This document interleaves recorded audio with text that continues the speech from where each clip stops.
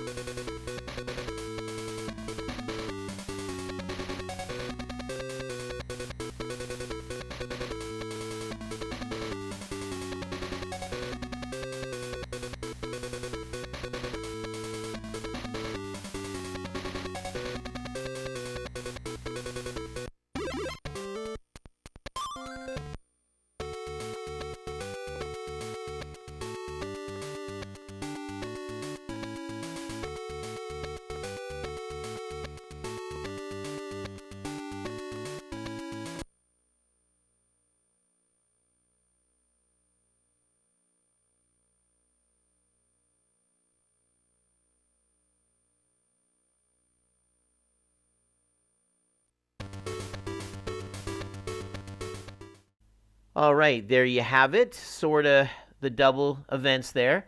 Unfortunately, I couldn't show you the battles, but you did sort of see the storyline behind that. And if anyone wants to sit down and translate that, they're more than welcome to. I haven't translated any of the storylines for any of the special events and any of the chapter events. But so there you have it. It's interesting, though. The first event, the September 15 one, didn't show you the barroid that you get. And what I'll do is I'm just going to get into the barroids right now, and I'll show you what you get for each event.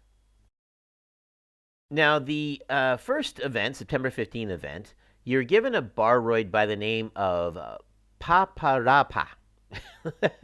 It's a whimsical or a silly-sounding name, right? It's basically like a genie, right?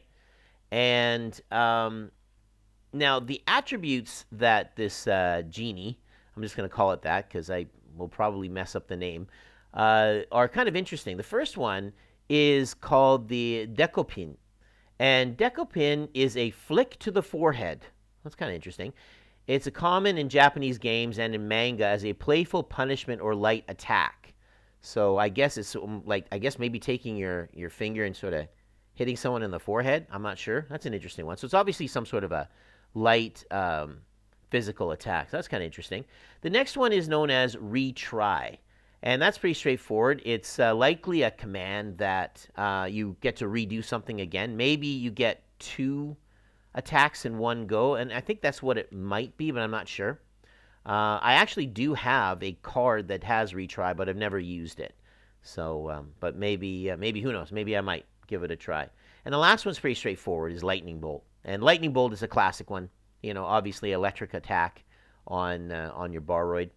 So let's take a look at the attributes on the barroid. So for its actual attack power, it only has 73. Its magic is pretty high. It's got 91. And its defense is 100, and its speed or stamina is 83, and it has 240 for its hit points.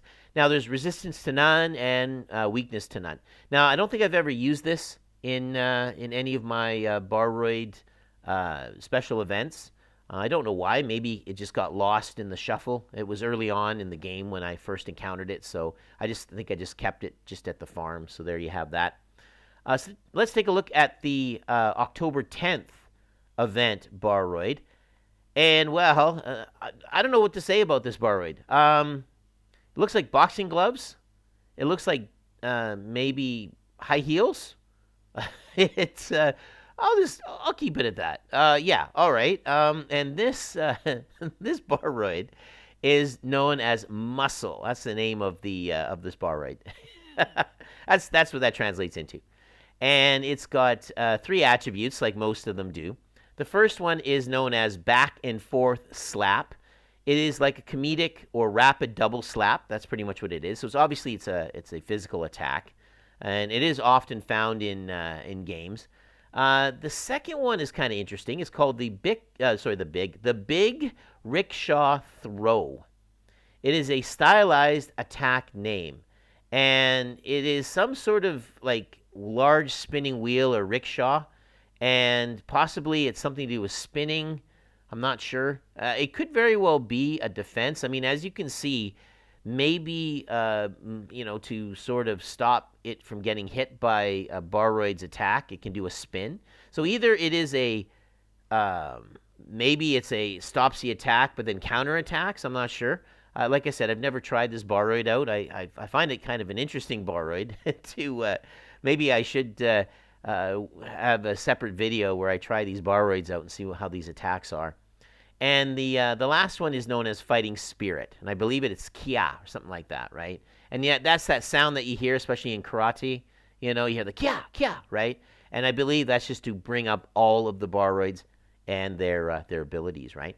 So let's take a look at its attributes. Its resistance is to dark. That's what that is. That little what do you call it? The black hole. And weakness to none. That's pretty good.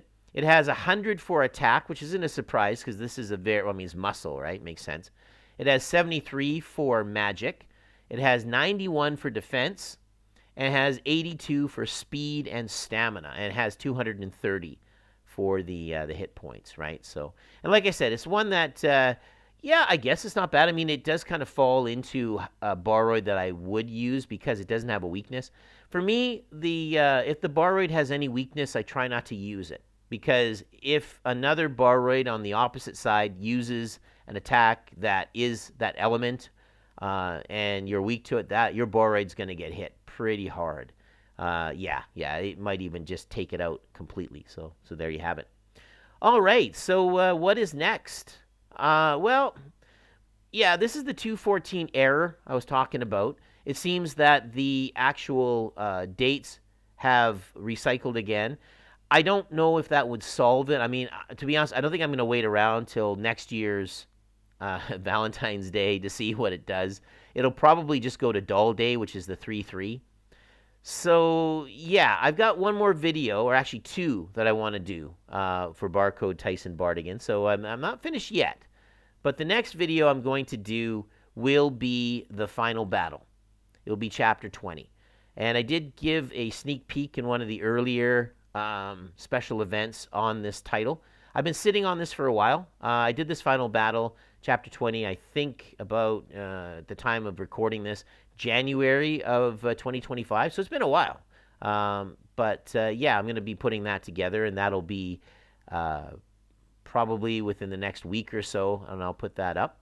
And I'll have one more video after that, and I'm going to be calling that one the Final Thoughts. And I'll reflect on the whole series and what I think of it. And yeah, that'll be that. So, well, thank you very much for watching. Please like, please subscribe, and I will see you in the next video.